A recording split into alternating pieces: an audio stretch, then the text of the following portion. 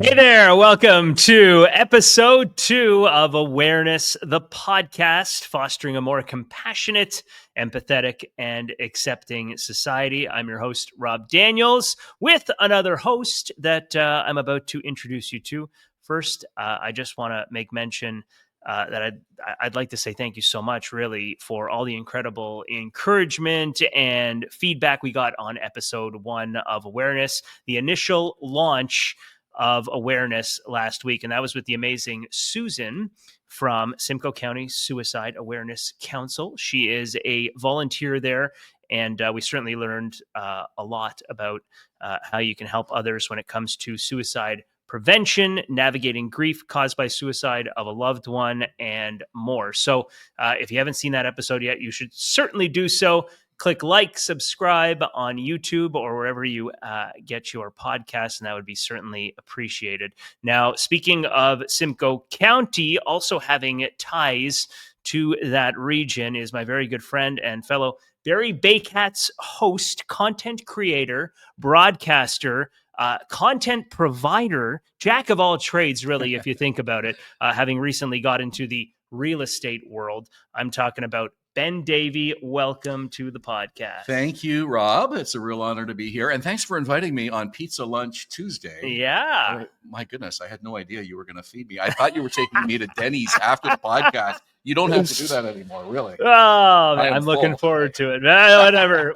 Come on. You can make some room. But yeah, it was If it Rob was a great invites lunch. you on the podcast, make sure he invites you on Pizza Lunch Tuesday. Yeah, there you go. That's it. That's a good one. So yeah, you're famous, of course, for your Barrie Baycats play-by-play, which a lot of people that follow baseball, especially in the IBL, they must know you because you're on Rogers TV, you're on Baycats YouTube, and you are quite popular around the park because, frankly, a lot of fans pick your brain and they want to know your opinion. They want to know, everything about baseball, and they come to you because you're a valuable and trusted source. So, well, thanks for saying all that. Yeah, we're here. We're in our Baycats gear. Accolades to live up to now. I've had the good fortune of being associated with the team for a long time, actually going back to 2005, the first championship season. That was the first year that we did TV broadcasts on Rogers TV in Barrie. Yeah. We didn't get to do all the games, unfortunately. It was volunteer run for the most part, and we actually ended up missing the championship clinching game, which never really sat well with me. I always kind of regretted that, even though they won and we were excited and I got to see it. I didn't get to call that game, and it was in Barrie. Oh, man. I stuck with the Baycats until the end of the 2010 season. Then my kids were starting to get a little older. They wanted to play baseball, and my summer months were really important with them. So I stepped away from the play-by-play mic for about a decade. And then in 2021, right after the pandemic, Josh Matlow and a new regime sort of took over the franchise, and they invited me to come back, and the timing was good to come on the play-by-play mic again. So this is going to be my 11th season in 2025. Yeah, it's good to have you back for sure. You're in Baycats gear. I'm in Baycats gear. We are supporting the ball club. That's one. I love that one. It's it suits you well on I think like a July Saturday afternoon, 4:05 start. That's what Ben Davy's. All right. I guess the night game going on. That's right? Almost like a sleepwear sort of. Yeah, I know. It's kind of cool. But yeah, we're both repping the Baycats. We love the team. We love to work for them. Ben being the play-by-play man, and yours truly as PA announcer. Now, we had a great run in 2024. It was absolutely magical. The Baycats winning the IBL championship. I got to ask you what your absolute favorite moment from that Baycats 2024 championship winning season was. Well, the biggest moment of the year was the final out, of course, in Guelph, Game 4, when they clinched it on the road, unfortunately for Baycat fans, but they won it, and that was what we were all hoping for. For myself personally, on the mic, the most exciting moment was Game 1 of the 2024 IBL Finals against Guelph, the series opener. Barrie had a really big lead, blew it in the 9th inning. Went into extras. They had to come back and tie it 10-10 on an RBI by Roy Sando. And then Adam Odd came to the plate in the bottom of the 12th inning, and it went like this. So Adam Odd will try to send these fans home happy after 4 hours and 3 minutes of baseball here at Vintage Throne Stadium on a Sunday night, September 8th. Game 1 of the Jack and Lynn Dominico Cup Finals. pitch. A swing and a high fly ball. Right field. See ya! The Baycats taking an extra innings on a 2-run homer by Adamon.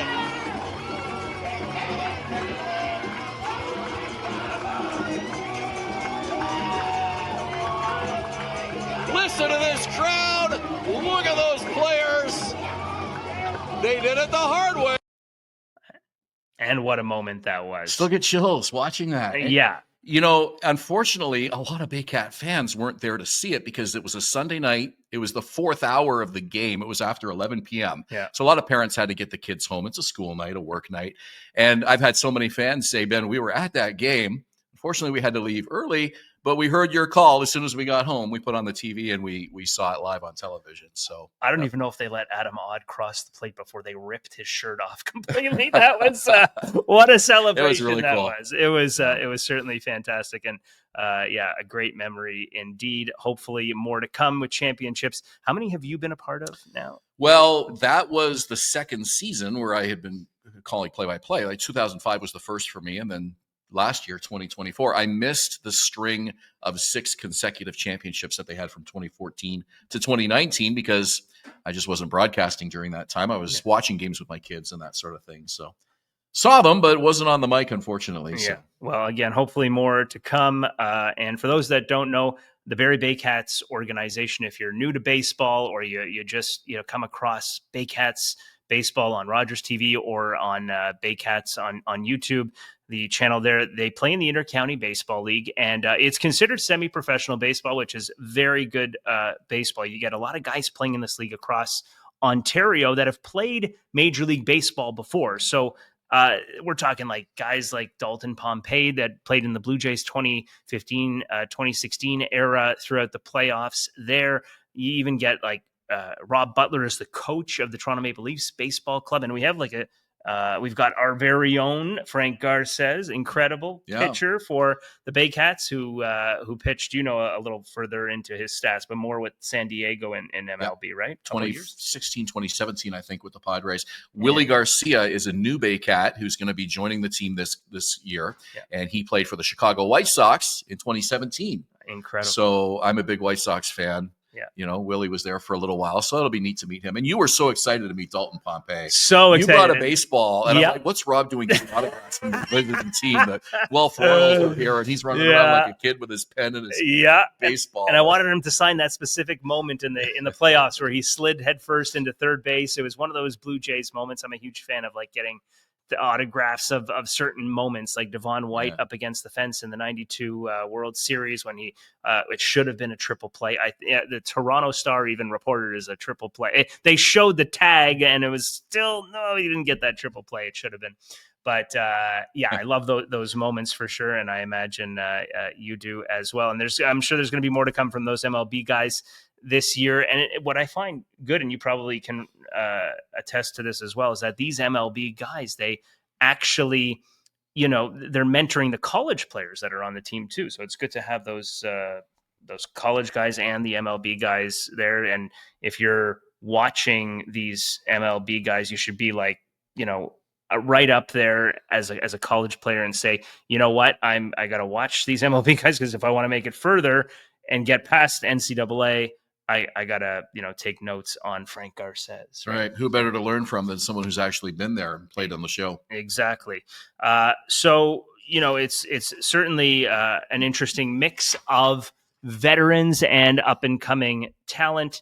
And the audience in Barrie and beyond for Baycats baseball on Rogers TV and YouTube, they listen to, of course, your great broadcasting abilities. I'm not just sucking up. I'm telling you that you've got these great broadcasting abilities for especially for baseball, and they watch you do your thing. They don't necessarily play witness, though, to what goes into what makes your work a work of art. And that's what this show is about, is bringing things into awareness. So if you are a fan of the Baycats, but you're not there early enough to see Ben hard at work or even behind the scenes when he's at home prepping, this is what this is all about, is trying to bring things into awareness. and you do a lot of prep. So why don't you take us through what happens on game days at home when it comes to your routine of preparatory work? Well, the funny thing is, and I appreciate all of the praise and the accolades, but I actually enjoy your job more than I enjoy my own. Really? When you're away, I got some competition. I get to be the public address announcer. That's the real fun, because you just get to let loose and scream the players' names into the mic. I mean, I do love play-by-play, but that's a lot of fun as well. And I get to do that when you're away. Yeah. So You're take some more time off next really? year. No, Skeets, go on. Thanks. You're the voice of the ballpark. I'm the voice of the broadcast. So when they come to the game, they get to hear your voice. When they watch on TV, they hear mine. Yeah. But we do have a lot of fans that kind of sit in the proximity of our broadcast area that are able to hear us as well. It's not intentionally set up that way, but we don't really have a broadcast booth. We're just in the back row. I was telling you earlier today about a story about a couple that had just immigrated to Canada from Poland, and they were living in Barrie, and some friends brought them to some Baycats games to see baseball for the first time. They'd never seen baseball before. They didn't know the rules of the game. They didn't understand how a baseball game unfolds. Yeah. And they came to me after like 3 or 4 games watching the Baycats, and they said, we've been really enjoying your broadcasts, not at home, but here at the park, because we're listening and we're learning about baseball from you and me and Julius, my broadcast partner. Yeah. Just listening to you guys announce the game while we're here. And that's how we're learning how baseball. And I thought, that is so cool. You never know who's listening and who's learning about baseball for the first time. Yeah. And they're learning from a But as far as the preparation goes, it's not really that exciting. I do try to follow the other teams before they come to Barrie. Yeah. Watch a broadcast or two on YouTube to see what's going on with who the hot players are, who's injured, the storylines of those teams. And then, of course, talking to the manager and even some players, if I can, from the visitors when they come to Barrie before the game. Good on you to do that. And it takes an incredible amount of focus to do what you do and to make sure you're prepared in those pre-hours before the game. The hours during the game, some of them are longer. They happen to always play longer on Thursday nights. What's with that? I always 4-hour game. There are some fans that want the pitch clock in the IBL. Yeah, it's worked well in Major League Baseball. I don't know if we're ever going to have it or not, but the technology isn't there for it yet. Yeah, maybe one day. But we certainly all have our challenges in the workplace at times, and I would imagine there's got to be some challenges that sometimes could get overwhelming during a game for you as a broadcaster. Can you touch on what some of those challenges may be? Well, like I said, we're not in a broadcast booth. We're on the back row of the benches. So we are exposed to the elements, sun, wind, even rain. Mm-hmm. We have had our notes blow off, and fans have been kind enough to grab our notes and bring them back upstairs for us. Yeah. So I've learned to kind of have everything weighted down, put my water bottle on my scorebook and stuff like that. Because you lose your stuff in the middle of a broadcast. It's like, what do I say now, right? Yeah. So got to at least have point form notes. There aren't too many challenges, though. I love it. It's baseball. It's like, there are some things that come up that make things a little harder sometimes, but you just roll with it and you do the best you can. And players are experiencing challenges on the field too, but you go out there, you do the best you can and try to win the game. Yeah, exactly. In your opinion, with this Baycats team, 2024 champions, by the way, let's show her rings up. I think they gave us rings. They gave us rings. Can you believe this? This is amazing. This is incredible. Thanks to the entire organization and all the hard workers around the stadium. Everybody got rings. I mean, the players got these huge, ginormous ones, well deserved, and they got those things are huge. You got to see them, and they fly around social media. Sometimes, if you follow the Baycats on social media, you can see the pictures of the rings, the championship rings for the players. But ours are fantastic as well. And I think to myself, we have another season coming up here, 2025. What did the Baycats, in your opinion, have to do in order to repeat as champions? Well, you know what? Josh Matlow said before the playoffs, the manager of the Baycats, he said, I asked him, what's the one thing that you want to see the team do a little bit differently now that we're in the postseason?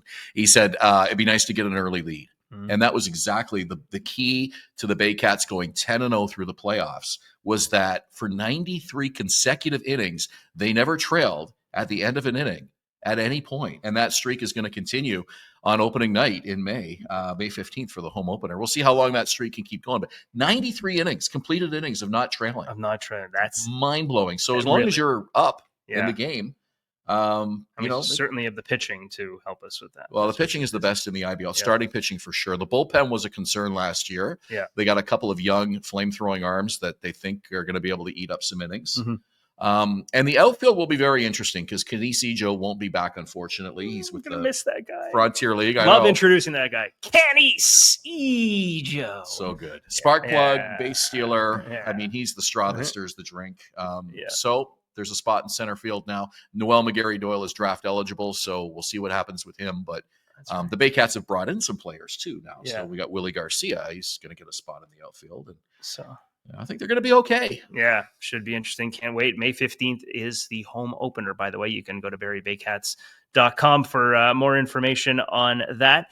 Taking you off the field for a moment here to another initiative that you involve yourself in, which is mental health related. And of course, we want to shine the light on that, especially that because this show is mental health focused. And that's the Sunrise Challenge that you involve yourself in with CAMH, a very reputable organization. Why don't you walk us through a little bit about what that's all about for you and how you got involved? Well, I'm so thrilled that you decided mental health would be the theme of these podcasts that you're doing, because it's a thread that runs through every line of work, every person, every mental health affects all of us in one way or another. And we all struggle in different ways.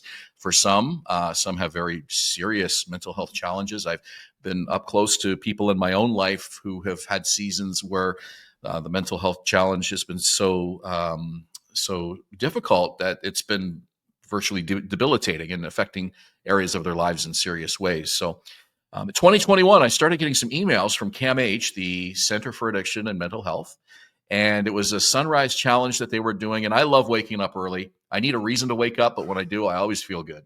Yeah. And so the challenge was simple. It was just 5 days, wake up with the sun, record the sunrise, post it on social media. And I decided to do like live stream sunrises. Yeah. So I picked different locations around the GTA and picked some pretty cool spots like beaches, parks. I got permission to go up to the top of the CN Tower one morning and live stream the sunrise. Who can say they've been able to do that other than you, right? Like because it's closed. I know, nobody's right? up there, right? And you get that access, and for a good cause. Yeah. So you've received several donations in the past for this. Yeah, well, I've done 4 years now, so this year will be year number 5, and 22 sunrises, $2,100. So it's almost about $100 per sunrise, and that's just my friends. But right across Canada, CAMH has raised $5.5 million through this Sunrise Challenge. So it's really been able to make a big impact. Let's why don't we take a look at some of these sunrises in the past that you've experienced before, and take a look if you haven't seen them before.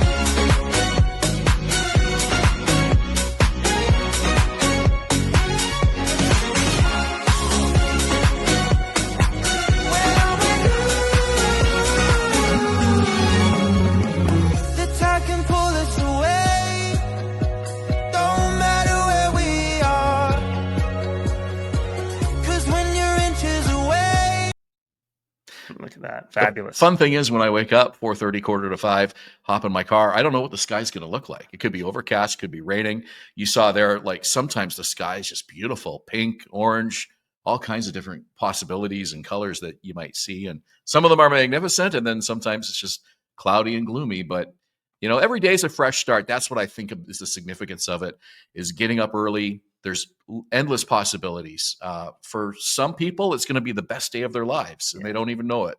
But you got to get out of bed and get the day going and start it and let those possibilities fall into place. I wonder if CAMH could ever team up with the Baycats at one point and do a sunrise challenge with them. Maybe we become the Dominican Association of Mental Health for just 1 week, and then you fly Ben Davy to the Dominican Republic to catch the sunrises there for a week during spring training, and then you get to follow the Baycats as well throughout the day and report on their spring training.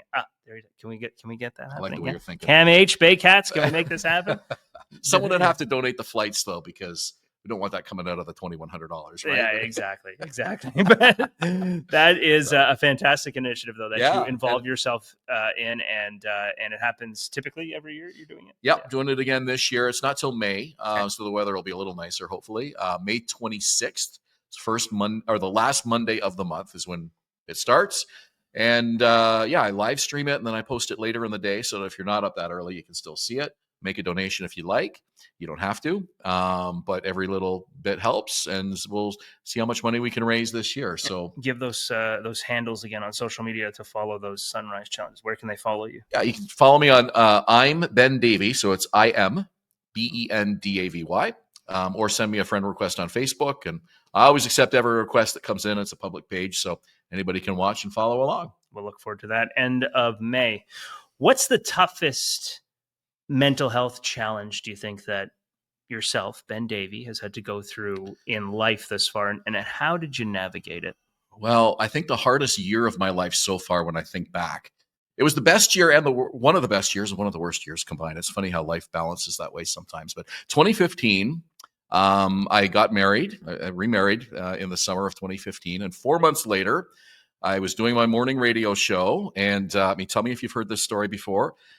Get off the air at 9 a.m. Somebody says, "Hey, Ben, we want to chat with you in the boardroom." Oh, boy. Yeah, the boardroom is never a good place to get invited to at 9 a.m. Yeah. And but anyways, they told me that they were going to let me go, and essentially I was fired. They wanted to take the show in a different direction. Wasn't anything performance related. They just wanted the show to have a different sound, and I wasn't prepared for it. I had been fired before. It's my second time I've been fired. I've only been fired twice in radio. I've worked at a lot of stations, but a lot of people don't understand when you get fired in radio, it's not like other jobs. It's like you're gone. You don't get to walk through the building and say goodbye to people. They hand you a box and you put your headphones and your coffee mug, whatever else you have that's yours, in the box, and they walk you to the door, they take your keys, and that's it. Mm-hmm. And it's such a weird feeling because like you're on the air at 8:55 a.m. and then 9:20 you're in your car wondering, okay, what's my next career path going to be here? You get blindsided. Yeah, and it happens a lot to people in radio.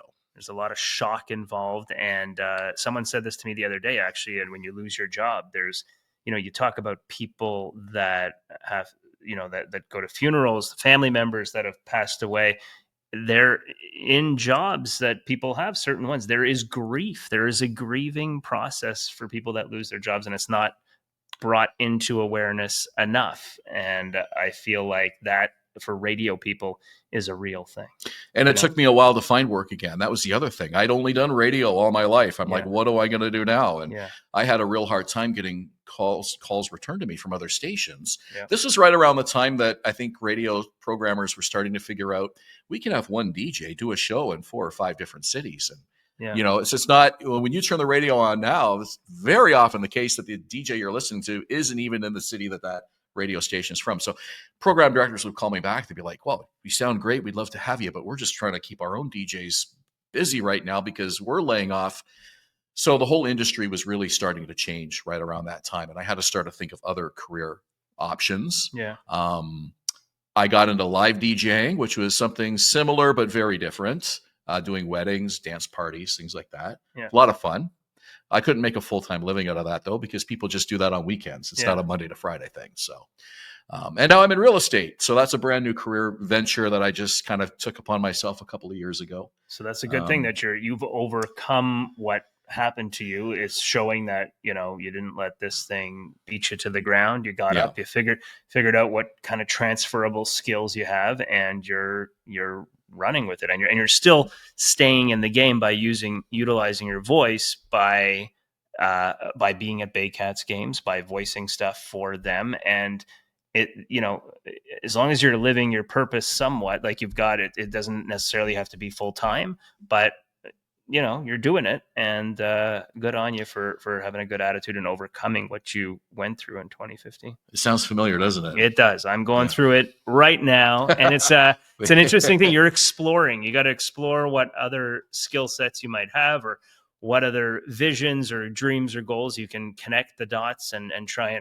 and take chances. That's the most important thing too. A collective, good chances. Yeah, I was fully unemployed for about 4 months, which was very scary. No income at all.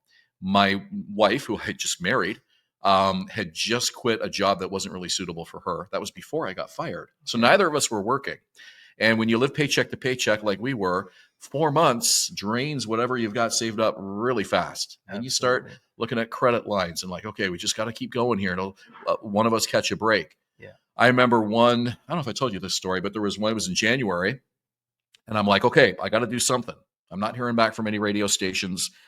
There was a lot of snow that night. I literally grabbed a shovel. I'm 40 years old. I grabbed a shovel and I started going door to door, asking people if I could shovel their driveways. Yeah. I did that for about 8 hours. I shoveled 5 driveways. Each person gave me about $20. It's funny because they thought I had a snowblower or a blade or something. I didn't have, like, it's just me, just my shovel. Yeah. You know? No shame though. I mean, listen, you got to do what you got to do. I made $100. Yeah. And I remember coming home around 6 o'clock. I was drenched because it started raining. Money was soaking wet, and I put the money on the kitchen table. And I'm like, that's the hardest $100 I've ever earned in my life. Yeah. But I'm like, all right, there's some food this week, right? Just try to keep going, just, and eventually things started to fall in place for me, but it took a while. Yeah. Well, you have a good head on your shoulders, Ben Davy. And I only imagine good things are going to come your way with this new venture of yours in real estate. And you're going to do great things with the Baycats on the side. It's really a match made in heaven for you, I think. So, thank you. Yeah. Well, it all kind of fits together, which is the other cool thing about it. You look back and you're like, okay, I can kind of see now how things were fitting together in ways that I couldn't see at the time. Yeah. Good for you. Good for you. For calling baseball games, for example, I talk about this a lot with you, and I think the audience would love to know as well. And I've talked about it with our skipper's father, Avery Matlow, that we think that you have the abilities, though, to call a Major League Baseball game. Is that still a dream of yours to call MLB, at least for one occasion? Yeah, it's a dream. It'll always be. I'd love to just get an opportunity just to do a game on the radio. It's not something I'm aggressively pursuing, though. I'm happy in Barrie. I've got other career things going on, so it's not like I can just all of a sudden give all of that up. And, I mean, if I got a major league position offered to me, I'd certainly listen to it, but it's not something that I'm chasing. I'm content with where I am in life. And, whether you're calling the Barrie Baycats of the IBL or the LA Dodgers Major League Baseball, it's all baseball. Right. It's the same job, talking to the players, announcing what's happening on the field. Yeah. One's a bigger stage than the other, but it's still what I love to do. Yeah. So if I don't get that major league break, it's okay. That's a good outlook to have and a fabulous mindset. Ben Davy, thank you so much Rob, for coming by. Awareness episode number 2 here. Thank you again. And it's just, Baycats fans, I hope you're looking forward to the 2025 season. May 15th is when things get underway officially at home. You can get the details at barriebaycats.com. This has been fabulous having you in here to talk mental health, to talk about what needs to come into awareness more when it comes to mental health and what the fans may have not known about Ben Davy. We brought that into awareness today, and of course talked about your favorite IBL team. So I think it deserves one more look at those 2024 championship rings, and we'll hope to bring another one home in 2025. So there you go. And if you ever come to a game, say hello to us. You come up to the broadcast area, say hi to Rob. He's in the PA booth there, and absolutely, love to meet you. Yeah, fantastic. That's at Vintage Throne Stadium in Simcoe. It's in Midhurst, and you can get the details again, barriebaycats.com. Thanks so much for listening wherever you get your podcasts. Don't forget to like and subscribe. That would certainly mean a lot wherever you get your podcasts. I'm Rob Daniels. That's Ben Davy. Look forward to catching you in episode number 3 next time.